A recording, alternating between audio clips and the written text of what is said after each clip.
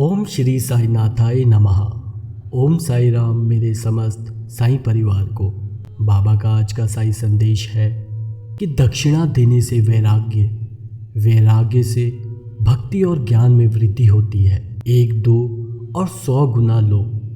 इस वचन की गहराई को समझने के लिए हमें सबसे पहले दक्षिणा, वैराग्य, भक्ति और ज्ञान जैसे शब्दों के अर्थ को जानना आवश्यक है। फिर इस पूरी कड़ी को एक आध्यात्मिक प्रक्रिया के रूप में समझा जा सकता है।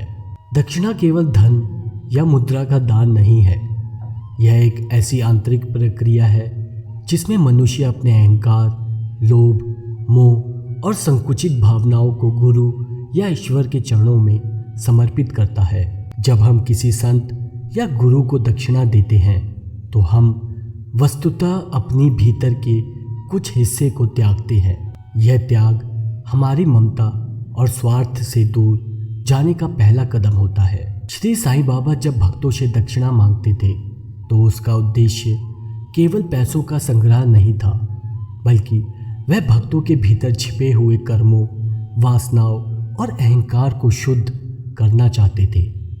बाबा कहा करते थे, मुझे तुम्हारे पैसे नहीं चाहिए, मुझे तुम्हारा विराग चाहिए। जब व्यक्ति अपनी मेहनत से कमाया हुआ कुछ अंश किसी उच्चतर सत्ता को अर्पण करता है तो वह मोह से धीरे धीरे मुक्त होने लगता है। दक्षिणा देने का अर्थ त्याग करना, और त्याग करना ही वैराग्य की दिशा में पहला कदम है। वैराग का अर्थ है संसार के भोगों, इच्छाओं और क्षणिक सुखों से निर्लिप्त होना। दक्षिणा देकर जब मनुष्य यह अनुभव करता है कि मैं जो कुछ भी दे रहा हूँ वह मेरा नहीं है, तो यह भाव धीरे धीरे उसमें वैराग्य का बीज बोता है।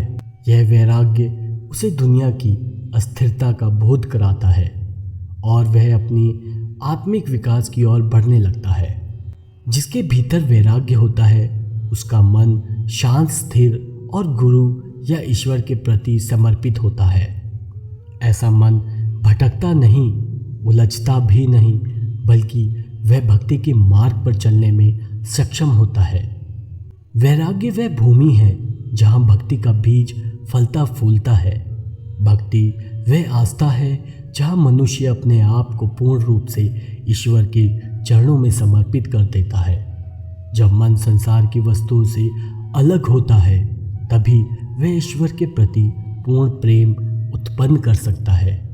यह प्रेम निस्वार्थ, अटूट और शुद्ध होता है। ज्ञान की प्राप्ति भी तभी संभव है जब मन वासनाओं, इच्छाओं और मोह से मुक्त होता है। जब वैराग्य आता है तो मनुष्य संसार के यथार्थ को जानने लगता है। वह यह समझने लगता है कि यह शरीर, यह संसार, यह भोग सब क्षणिक है। तब वह आत्मा, परमात्मा और ब्रह्मा की खोज में प्रवृत्त होता है।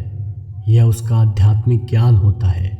इस वचन में साईं बाबा ने यह स्पष्ट किया है, जो कुछ तुम दक्षिणा के रूप में दोगे, चाहे वह छोटा हो, वह तुम्हें 100 गुना अधिक फल देगा। इसका अर्थ केवल भौतिक फल नहीं है, बल्कि आध्यात्मिक फल भी है। जैसे अगर आप अपने अहंकार को छोड़ते हो तो बदले में आपको विनम्रता और प्रेम मिलेगा। अगर आपने लोभ छोड़ा तो आपको संतोष और आत्मिक शांति प्राप्त होगी। वहीं अगर आपने पैसा या वस्त्र दक्षिणा में दिया तो आपको उससे कई गुना अधिक पुण्य और मन की स्थिरता प्राप्त होगी। यह नियम कर्म के सिद्धांत पर आधारित है। जैसे बीज बोगे वैसा ही फल पाओगे, लेकिन ईश्वर या संत की कृपा से वह फल गुणा होकर वापस जरूर आता है। इस साई संदेश की गहराई यह बताती है कि बाबा की दक्षिणा मांगना कोई भिक्षा नहीं थी, बल्कि वह हर भक्त की परीक्षा थी। कौन कितना त्याग कर सकता है, कौन ईश्वर के प्रति आस्थावान है, कौन वास्तव में मुक्ति की ओर अग्रसर होना चाहता है। दक्षिणा देने से पहले हर भक्त के मन में द्वंद्व होता है, क्या मुझे देना चाहिए, क्या इतना देना ठीक होगा, अगर मैंने दे दिया तो मेरे पास क्या बचेगा।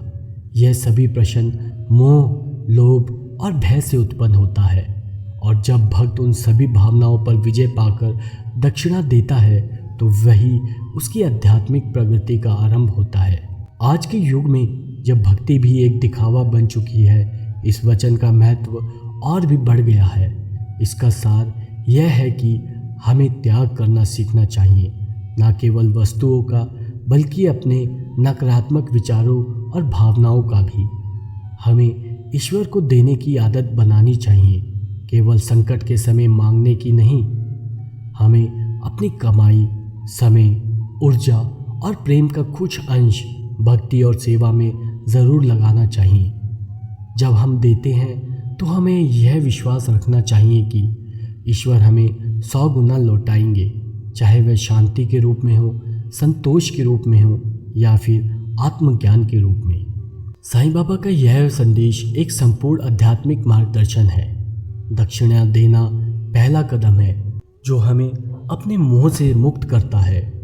यह वैराग्य उत्पन्न करता है जिससे मन में शांति और स्थिरता आती है। वैराग्य से जन्म लेती है भक्ति और ज्ञान, जो हमें आत्मा के मार्ग पर अग्रसर करते हैं। और अंततः जो हम देते हैं वह हमें एक नहीं 100 गुना लौट कर आता है, ईश्वर की कृपा से। यह वचन हमें सिखाता है कि सच्ची भक्ति केवल शब्दों या पूजा से नहीं, बल्कि त्याग, सेवा और समर्पण से ही संभव है। साईं बाबा अपने हर वचन में यही संदेश देते हैं, देकर ही पाओगे, खोकर ही पाओगे और त्याग कर ही मुक्त हो पाओगे। इस वीडियो में इतना ही। इस वीडियो को पूरा देखने के लिए बहुत बहुत शुक्रिया। अगर आपको यह वीडियो पसंद आया हो तो इसे लाइक करें, अपने दोस्तों के साथ शेयर करें और हमारे चैनल को सब्सक्राइब करना ना भूलें। बेल आइकन को दबाएं ताकि आपको हमारी हर नई वीडियो का नोटिफिकेशन समय से मिल जाए। हमें कमेंट्स में बताएं कि अगली वीडियो में आप क्या सुनना पसंद करेंगे। तब तक के लिए धन्यवाद और हम फिर मिलेंगे एक नई वीडियो के साथ। ओम साई राम, जय साई राम।